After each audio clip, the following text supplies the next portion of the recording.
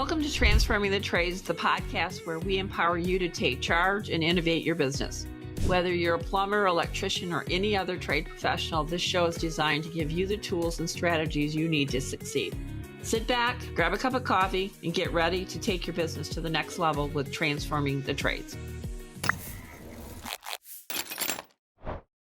Thanks for joining. This is Lynn Wise with Contractor in Charge, and the podcast that we're going to bring to you today is Transforming the Trades. And we're all about not what we've been doing, but rather what we are going to do in the future and how we need to start thinking about where we're at and how we need to pivot from today to tomorrow, next week, next month, next year, next decade. So that being said, I've got a couple of guests here that are going to join me today. Josh Krause and Tersh Blissett. I'm going to ask both of them to introduce themselves, their company, but our engagement today is going to be about what that's all about as far as transformation. I want to hear these gentlemen's views and get their ideas and pick their brains. So, hey, Josh, why don't you go ahead and introduce yourself, your company, etc. I'm Joshua Crouch, founder, CEO of Relentless Digital, and also a co-host of the Service Business Mastery podcast for a little over 2 years now. We love technology. This is going to be a fun topic. So Tersh, I'll let him introduce himself before I start nerding out on it.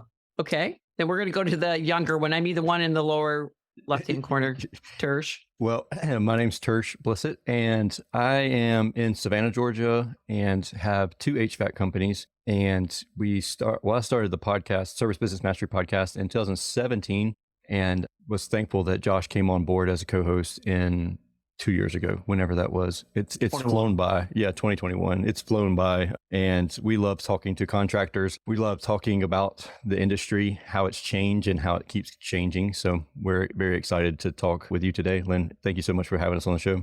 Yeah, I'm excited. So I probably have as many years in this industry as the two of you combined. Wow. 47. I have probably more. I have 20.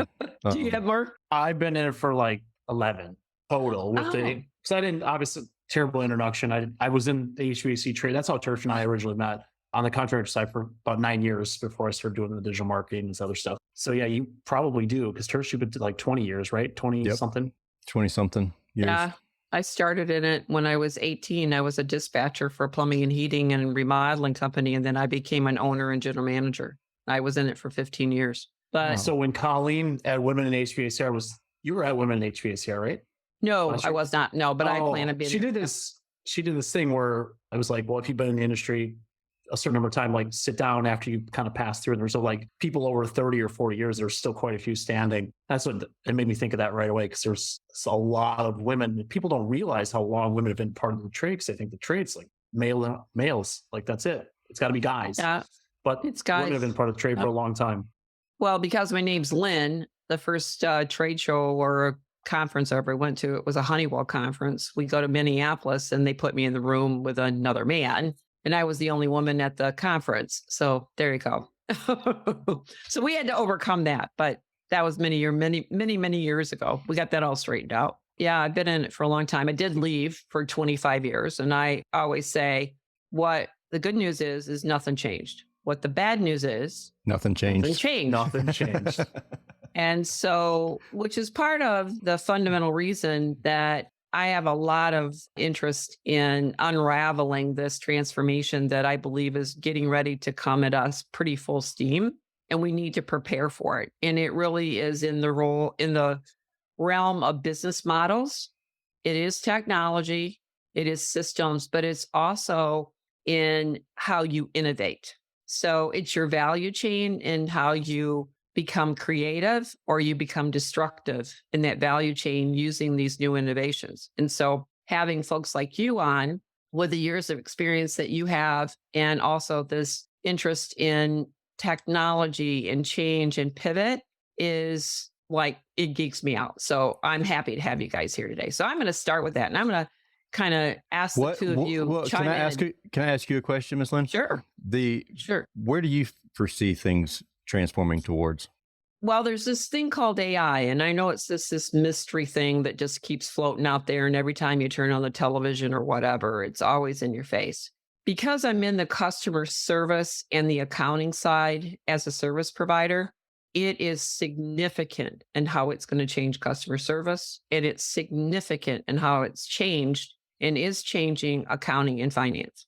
In fact, accounting and finance is probably a leader in AI as compared to a lot of industries, just because of a lot of automation and efficiencies because of manual input. hmm Customer service is the next turn of the crank. It's been out there for a while, but now that the technology has solidified and now you've got infrastructures that are coming along that are consolidating frameworks so that you can go build out applications or rules and scenarios that will actually work is what's going to change the game. It's funny So you when I was mentioned at that the Josh and I were talking right before the interview, and we were talking about we both are working on AI responses to Google reviews and their emotional responses. But what I love about the fact is it takes my emotion out of the response, because when Yep. I get a bad review, if I ever get a bad review, I'm emotional about it because it's my baby. It's, it's our child that we've groomed,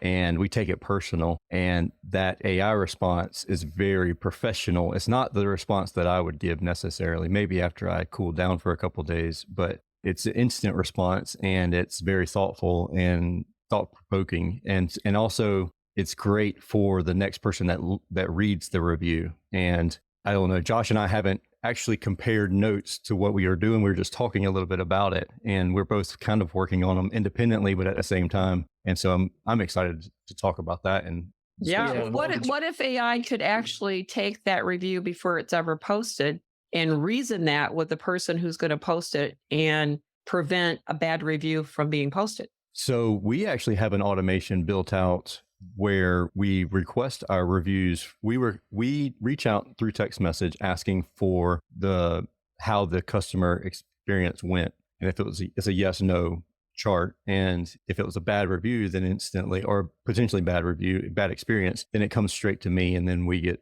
to discuss it, and the AI will try and get as much information as possible beforehand, but it comes to me versus going straight to Google. Whereas if they said they had a great experience, then it's in the Google review link, Right. well, but and so we've been testing this internally. So we are white labeling a platform called High Level. A lot of people know what it is now. I am doing Go It's- High Level too. There's so much cool stuff. And what's great is that you don't have to spend hundreds of thousands of dollars on a programmer, but you can take your ideas and make them reality. And so we're doing that from a marketing side and from an efficiency side, but we've been testing, like, to Tersh's point about reviews. And I just posted some screenshots on my personal Facebook, because one of the downfalls of what the current system was, if we did automation, it would be based on a keyword. Well, the problem is the way people speak isn't always completely positive or completely negative, double negative, a double positive, or whatever the case is. So people would say, like, I would never not use you guys because you guys are amazing. Well, the word never not would be like, well, here's the negative response, which is, oh, I'm so sorry to hear you had a bad experience. Tell me more, or we'll get in touch with you. And you kind of look dumb, right? Like the company looks like, but now with AI and natural language, and that's exactly the screenshots I tested, because my CSMs have seen this a lot with some other platforms out there. And they're the ones that get hit with the customers, like, how do we fix this? Like, this can't keep happening. But now it understands, like, if you say the tech was rude, the AI understands, I need to know the tech's name. Like, tell me who the tech's name is first so we can handle this internally. And it puts all this conversation together in a nice little bucket so that we can give it to someone to do something actionable. It's not replacing humans. It's getting some of the redundant stuff that needs to happen, but it's going to be consistent, and it doesn't take a day off, and it doesn't call in sick. I was talking to a client yesterday who she posted online about a scenario where she had some frustrations with that part-time CSR and stuff like that. And I ended up talking to her on the phone later, and it's just like, there are things coming with voice synthesis and other, I'm sure, Lynn, you being in that space, you probably know, like, you can essentially have Lynn answer the phone or 10 different lines at once because it's Lynn's voice. And then, of course, you train it how you want it to go. And Tersh and I have seen some videos of this stuff, and it is wild how good it is.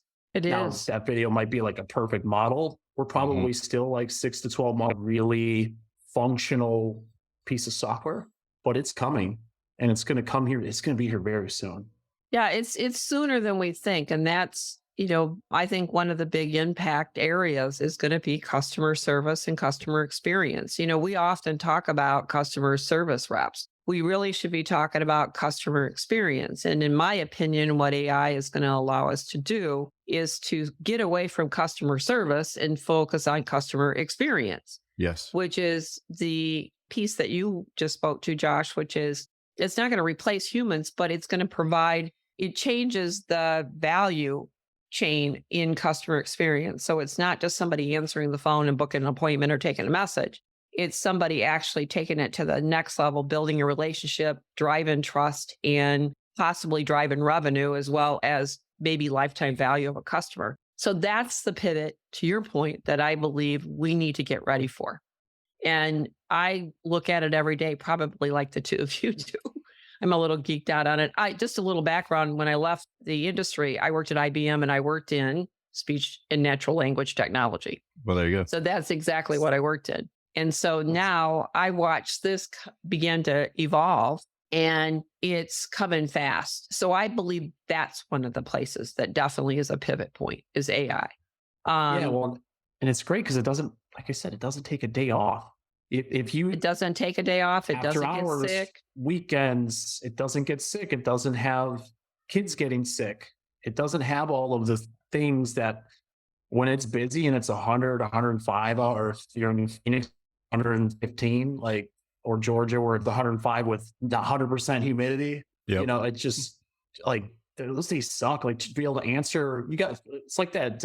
I know people put that little meme or that little screenshot where like the guy's got like 8 phones wrapped around his head. So that's what it feels like because the phone just rings off the hook. But now you can, Right. you don't have to staff up in the summer for those things. You can have something to supplement your internal team. Now, obviously, like dispatching, I don't think that stuff's going to get at least not yet. I know there's some software platforms like Sarah that do have some. Oh, there's AI a couple dispatching out and there that stuff. already have some AI scenarios and rules in it that are pretty amazing, just so you know. Yeah. Yeah, The one that we yeah. use, it will make recommendations on changing technicians and moving things around. But it's only as good as the data you give it, Exactly. right? Yeah. Like Yep. that's the challenge because as technicians level up or you bring new people in, you really have to have like a good grading system. Otherwise, they're going to get calls that they should not get. It's going to screw up the rest of your day. If you're the thing about Yeah. technology is it's garbage in, garbage out. But so if you're giving it trash information in, it can create more work than what it actually was going to save. So you just have to be very careful right. about that for sure. Well, and even if you look at, where most of the operators are at today, even though I would say they're certainly way ahead of where they were 10 years ago, they now have data. But being in the industry that I am to service them, I know how bad the data is. Oh yeah. So it is one of those situations that it's garbage in and garbage out.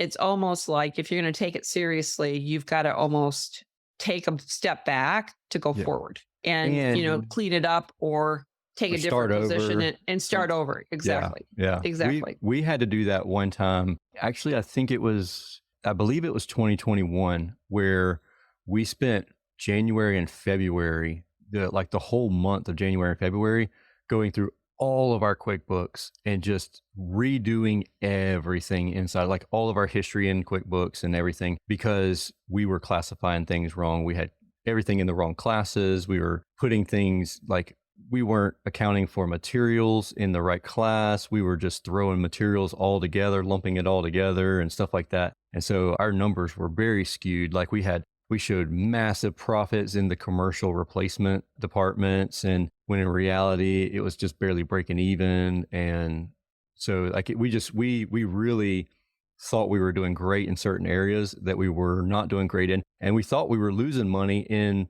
the residential service department. And we actually were making money in residential service because we were throwing all of the materials from commercial into the residential. And so it was just like I was stressing out and giving people a hard time on the residential side of things, and come to find out. So as a professional podcaster, what do you do when you freeze? We don't freeze. I want to just comment a second Tersh, and Mhm. I have to go in a little bit of an advisory mode here. Why did you do all that in QuickBooks? Because we were in Service Titan, and we were going into our period of time where we were planning in December. But when we were planning in December and we took it to our coaches and everything, they were like, "Oh, all your numbers are wrong. Like all this stuff needs to be changed." And so we kind of did a freak out mode and changed everything in January. And in reality, we really shouldn't have done it, but we wanted to do it so that so that our coaches could compare ours to everybody else's and be consistent and whatever. That's And okay. I was just curious. yeah, no, and Yeah, because so there's this little tool in QuickBooks where you can just go and it all changes. right. Well, we It's had to fine. connect the classes. We had to make sure our classes were connected to the departments in Service Titan. And Mhm. that was where the challenge was happening because we were on QuickBooks Online and you had to do things a certain way, getting it moved over. I think now it's streamlined a little bit better than what it was in 21 or 20, whenever it was that we did that. But it was a very time consuming process. And because we had data that was garbage, that we had put garbage in. And so, but moving forward from that point forward, it's been a lot easier. And Yeah. even though like we found out there were some things that we were just diving too deep on. Like we were splitting it apart too much. And it was almost to the point to where we were stepping over dollars to pick up a dime type scenario. We were wasting time on certain areas that we should, as a numbers person and as a person that likes to look at charts and stuff. I'm like, yeah, but what about this? And we should break this apart some more. And in reality, now that it's broken apart, I never look at it, or it's just useless information really. And I shouldn't have wasted the time doing it. But Yeah, there's a thing I always say, does it make me money and does it build my business? very true. Yeah, so if it doesn't, it's like, I don't need to do that. So, but yeah, that's And interesting. a lot of those things that I was doing was just to answer somebody else's question. Like other people in the group or the coaching organization, or we do like a mastermind on Fridays, and there's a couple other business owners that we mastermind with, and they would ask questions, and I'm like, I don't know the answer to that. I need to figure out why I don't know the answer to that, and let's get to like so I don't have to search again. Let's make this automated, and so then that turns me into a rabbit hole of trying to figure out how to automate something. Automate something, sure. But so, then again, here we are. Here's the pivot point, right? So we've been doing these exercises. I've been back in this industry full-fledged for 7 years. And what I see is a lot of somersaults and handstands and cartwheels. And what you learn through that process is what matters and what doesn't matter. What I believe is that we have spent a lot of time figuring that out. Yeah. And again, the pivot point is now you need to figure out where to focus versus trying to do everything. It's a focus thing. And it becomes a question of, is it a new business model that you use? Is it a technology that you automate with? Is it outsourcing versus insourcing? I'm a big proponent that outsourcing is not outsourcing, it's center of competencies. And it's truly making that arrangement with someone or a company that knows how to do something that you don't necessarily know how to train and manage and hire, like bookkeeping. And so that is a different pivot point. So do you continue to hire internally or do you outsource? And those are, How do you decide that? it starts with, do I know how to hire them? Do I know how to train them? And do I know how to manage them? Do you ever become too large to be able to outsource something like that? No, that's IBM's business. They Yeah. go to all the big companies and outsource. No, So like bookkeeping and data entry, you could outsource that even up to 50 million. a year. 100 million. Yeah. Yeah. Gotcha. It's all volume and complexity. And How do you I, outsource something like that and still stay very small town feeling? for bookkeeping, Bookkeeping, not necessarily bookkeeping, but maybe CSR and other like customer facing positions. so again, it's priority. So in my vision for the future, it's who does what. So is it somebody who takes a message or is it somebody who's servicing a customer that's previously had something that was installed? Mhm. Is it a new lead and takes a different type of handling versus a standard existing customer? The way we work today in our organizations or in our businesses is that if you put CSRs in place, it's whatever comes in. You have no notion of who gets what. Yep. And by the way, in our world, we call that skilling and routing. So it's understanding, have I got somebody skilled that's able to convert a new lead to a booked appointment, or I'd even argue in the future, sell it, not just book the appointment, but sell it. And then the other side that we deal with on a regular basis is that we have inbound calls that are existing customers who either have memberships or have had service with you for different, for years, or you've installed the equipment. That's a different call flow. It's not the same call flow. What would you say if it's a small company though, and they really only need one CSR? If they really only need one CSR, the question is that CSR, is she dual or he dual function? And can they do everything that they've got? Or do you use automation to route new leads to somebody who can handle inbound sales opportunities versus customer service? Would you allow, because Josh and I talk to a lot of guys, and I'm sure there's gals too, but I'm going to say guys because I personally talk to a lot of guys who are in the field still, even if they're in the field a part of their time and they're in the office, but they are the best person to talk to that salesperson or to talk to that person about a sales call. Should that be routed to them in the field when they are actually juggling other things? No, absolutely not. And if you think of a single operator, single guy, he's a tech, he's a salesperson and everything else. It all comes down to, first of all, if you are on another job and you're talking to a potential other job, you're stealing from the job that you're on. I'm going to start with that. The second part of it is to focus becomes efficient at what you do, effective at what you do, and now you can upsell more yourself. So why would you not build a different way to handle calls, whether they're new leads or existing customers, so that they're treated with a focus themselves? A new lead, one of the major things that I would say that is going to change the industry is that transparent pricing is going to become very real. Yeah. And so I came up on this industry years ago when you did offer prices, and I sold lots of stuff by giving prices, right? As a CSR, you mean? Absolutely. Absolutely. Well, the problem is the coaching groups and some of these companies that grew, they went away from that model. They went toward the auto dealer model, right? Yes. Yep. And where's the auto dealer model now? It's online. Carvana, like literally you don't even have, you just like, hey, drop it off at my front door. Yep. Yeah. I know people like Josh Roberts, and there's some other people that like share that experience that they literally never left their house and had a like $60,000 vehicle delivered. So why would I not literally go out and say, oh, it's a 3-ton unit. I'm going to go look at my options, and maybe with some assistant, I'm going to go ahead and purchase that and have it installed in my house next week. Why is that any different? It's not.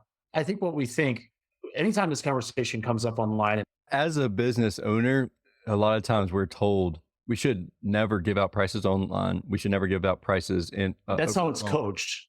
Right. That's how I've been that's how I've been coached. But there's one thing, and my last boss, when I was in the contracting world, I would put the prices on our GMB, just like service fees, after hours fees, like maintenance fee, like really basic stuff, right? So I'm like, if this distracts somebody, like whatever, like we don't want them as a customer anyways. But nobody ever complained. But my boss wanted me to take it down because he wasn't coached that way. It was the same coaching organization that Tersh supported. There's nothing wrong with that. It works. All of my prices are on my GMB. But today, like, people want transparency, and our podcast is part of a company that focuses on getting prices to customers before they ever schedule an appointment or ever get in, like grab their email or whatever to retarget them. And he gets a lot of leads for people because people will at least want to know what they're working with. Yeah. They understand, like, you may have to size some stuff and run the airflow test. Like, people aren't that. I mean, some people are dumb, but not every. Some people are like, yeah, I know you say dumb. I would just say ignorant, like not knowledgeable, because the average person only changes out a system twice in their life. So all the more reason why I want to know what I'm getting into if I'm the consumer. I've never Exactly. done this before. And so it's Wouldn't a you want to know like a scary- base price? Like Exactly. at What's least my budget? here's my range. Like it's going to be from here to here. At least know like what this is and what my monthly payment options might be. And then I can pick what I want based on my personal preference or what my family needs. Yep. But why hide it? Like anytime I go to look for a software and it says click for sales, I'm like, oh, it's expensive. Because Or all the ones that are not expensive yeah, are the prices online. it's a sales pitch. So, and Yeah. I don't want to hear a sales pitch, right? And so, Yeah. yeah, and there's I guess the way I feel about it is that had I not ever had the experience of really doing it successful, maybe I'd have a different opinion about it. But that's where I came from. And when I actually came back to this industry in 2016 and launched Contractor in Charge, I was shocked at how much was lost from that. And so it's coming. So embrace it. Transparent pricing will be Well, a requirement in the next 5 years for sure. and to tie this into like the changes online, ChatGPT or Bing Chat, Google Bard, and Google Search SGE, which they are like I literally see blogs like once a week about the changes on this stuff. You will be able to either talk or text into your phone and ask for pricing, and Google's going to give you the answer. They're going to search. They're going That's to correct. scrape all the data. That answer may not match your answer. So is it better for you to control the conversation, or is it better for Home Advisor or Angie or Yelp to control the That's conversation? correct. That's Because we know correct. their prices are not accurate. No, they're Well, but that no. is one of the pivots we're going to have to face is that, who is leading this space, like it or not, is the biggest technology company in the world. Right. And so we've got to face that and understand, okay, what's our business models? What are our business processes? What are the technologies? What are the skills that we're going to need to manage that up and coming event? And it's coming at us every day. Every day. And it's only getting faster. I saw an image. He's a marketing guy, but from Darren Shaw, he took an image of Google's new like quantum computer. This quantum computer can solve a problem that a classic supercomputer took 47 years to do in 6 seconds. Yeah. 6 seconds. That Yeah. took something which a supercomputer was like, something that was like a advanced thing. Took 47 years to do the same task. It's Right. crazy. Yes, It's it just is. insane what's coming. And back to like your point, like bookkeeping and data analysis is going to become a big thing. Like what Correct. does this stuff tell me? Like what does my P&L tell me? How does it compare to last month? How does it compare to last year? What does my marketing look like from this time period? Like, is it better? Is I it think worse? that's It's gonna be able to one of tell the you. things that freak contractors out the most. Whenever they look at P&Ls and their balance sheets, and they're like, I don't know what these numbers mean. Like, what is this telling me? Like, give me plain English. And technology, I mean, it's already there. Like, especially if you have someone that's actually, CPA, bookkeeper that actually knows what they're talking about, can explain it in not bookkeeper terms. It's there. But to have AI technology that can just give you that data instantly, that's going to be very helpful to the consumer, which is the contractor at this point. So I've seen and kind of looked at that. So there's a lot that goes into that. What I would say to you, just as somebody who works in this every day, part of the pivot is understanding that what we think we know, we don't know. And without naming scheduling softwares or field service management, it is the beginning of the transaction. And if that transaction is not handled properly in the workflow in that scheduling software, the financial system is wrong. Mm-hmm. That's the news. The marketing's wrong too. The marketing's all the time. wrong. Existing And so- customer, friends and family. So, but that is part of, I believe, game changing is going to happen, is that now we know where we are at, and there will be systems and technology that come along that will correct that. So Josh and Tersh, thanks for coming on today and geeking out a little bit about this crazy thing called AI. I mean, in my opinion, there's a lot of fun conversations, but there's a lot of sound, fundamental projections that we are speculating on. And I would love to know more about any events that you are working on that are either in your podcast or you're going to be at any conferences or trade shows. So why don't you fill in the listeners and kind of give us an overview of what to watch for? Sure. So we've been asked to speak by Daniel Putnam of Business Uncensored, which this year is teaming up with Service World Expo here in Phoenix. So it's nice and quick for me, and it's a long flight for Tersh.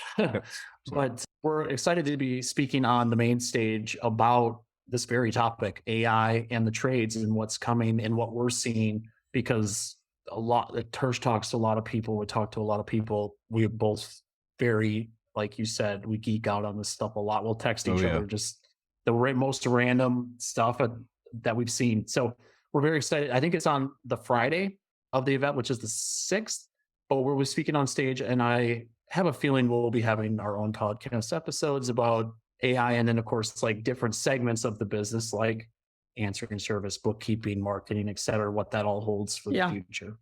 Yep. Yeah.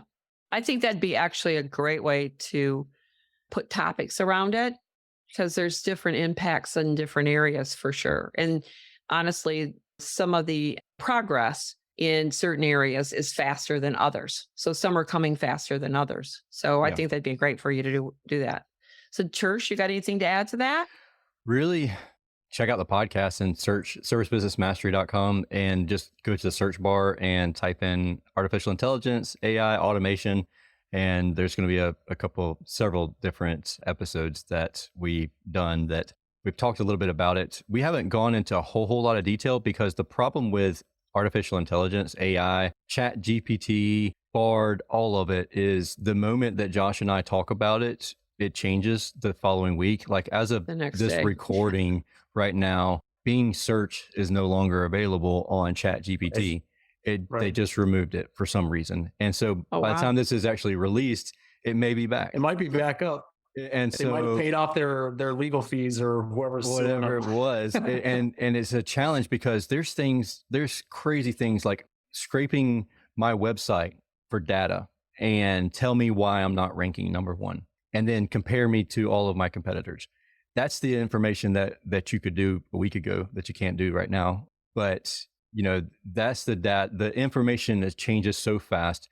And those websites that used to be untouchable, ranked number one and number two, we can now easily scrape all the data from those websites. We can see all of their SEO. We know exactly, it's just mind-boggling, the things that you couldn't do 6 months ago or not do very easily 6 months ago. That is just a click of a button. You can have it done in 30 seconds. Yeah. Well, listen, I'd love to have you come back. In fact, I'd like to request that maybe we have a regular touch point just because of what we're talking about. I think it would be great for us to collaborate on this topic and bring this to our fellow clients and the industry as a whole. We can become a great source for them. So thank you very much for your time. We appreciate it. And remember, listen to Transforming the Trades. We're looking forward to future conversations. Thank you for having us. Excellent.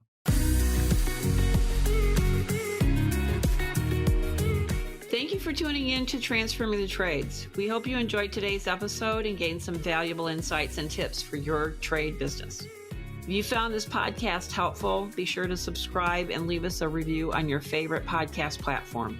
And don't forget to check out our website where you can find additional resources and information to help you grow your business. Until next time, keep innovating and take charge of your success.